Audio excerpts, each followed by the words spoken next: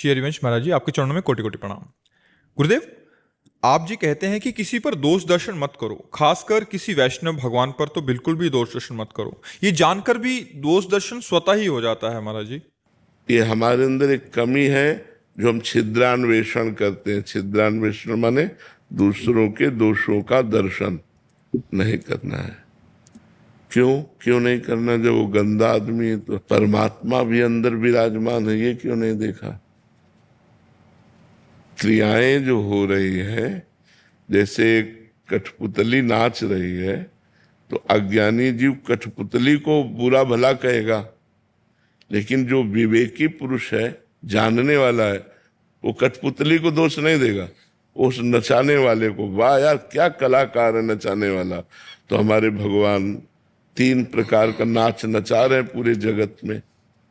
सतोगुणी, रजोगुणी और तमोगुणी। तो सतोगुण निर्दोष है, रजोगुण और तमोगुण में दोष है। तो कोई रजोगुणी है, कोई तमोगुणी है, कोई कामासक्त है, क्रोधासक्त, लोभासक्त, मोहासक्त, ऐसी लीलाएं कर रहा है, इन्हीं में तो दोष है। और कोई भगवद आसक्त है, भजन कर रहा है। तो मेरे भगवान की सब लीला हो रही है, जैसे ये गलत कर रहे हैं तो हम इनकी गलती ना देखकर इनमें भगवान विराजमान ये देखे ना। सिय राम में सब जग जानी, करो प्रणाम जोरी जुग पानी। इनमें गलती जो दिखाई दे रही वो हमारे अंदर है। अगर हमारे अंदर गलती ना हो तो इनमें गलती दिखाई नहीं देगी। जैसे हमसे पूछो कि कोई गलत है तो हमें लगता है कोई गलत नहीं।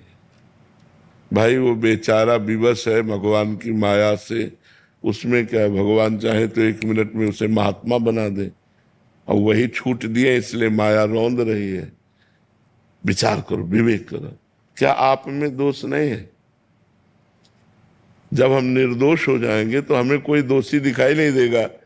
और बुरा जो देखकर मैं चला, बुरा न मिलिया कोई, जो दिल खोजू आपनो, तो हमसे बुरा ना हो। हमारे अंदर बहुत बुराइयां हैं। तो तेरे भावे जो करे भलो बुरो संसार, नारायण तू बैठ के अपनो भवन बुहार। जो जैसा चल रहा है भगवान की माया से युक्त है। हमको अपने हृदय को निष्पाप करना है, अपने हृदय को निर्दोष करना है। अगर हम अपने हृदय को निर्दोष करना चाहते हैं तो दूसरों में दोष दृष्टि ना देखें। अगर हमें दोष दृष्टि दिखाई देती है तो तत्काल हम उसको प्रणाम करें। भगवान, आप इसके भी हृदय में विराजमान हो। मेरे अंदर जो दोष दृष्टि देखने की प्रवृत्ति है नाथ, इसको नष्ट कर दो। आप बच जाओगे, आप आगे बढ़ जाओगे। अगर ऐसे ही दोष देखते रहिए तो ऐसा है तो ऐसा है, तो आप बहुत कूड़ा करकट अपने हृदय में एकत्रित कर लोगे और परमार्थ में नहीं चल पाओगे, पक्का नहीं चल पाओगे। ये पक्की बात समझ लो। जो हम दूसरों में दोष देखते हैं वो हमारे अंदर दोष होता है, और जब हम दूसरे को दोषी कहेंगे तो हमारे अंदर वो दोष बढ़ जाता है और हमको फिर भ्रष्ट कर देता है, नष्ट कर देता है। पक्की बात मान लो। इसलिए किसी के दोष दर्शन मत करो, किसी की निंदा मत करो। किसी के दोष कथन श्रवण करने से बहुत जल्दी अंतःकरण अपवित्र हो जाता है। पाप दूसरों का हमारे ऊपर आ जाता है। तो देखो, पुण्य करना कितना कठिन और नष्ट होना एक क्षण में। किए सुकृत बहु जन्म के क्षण में डारे खोए, भक्तन निंदा अति बुरी भूल करे जिनको। अगर किसी भक्ति की निंदा कर दी तुमने तो बहुत जन्मों के किए हुए पुण्य एक क्षण में सब मिट्टिया मेट हो गए और पाप की गठरी बांधकर नरक जाने की तैयारी हो गई। तो इतना बड़ा पाप हम क्यों करें?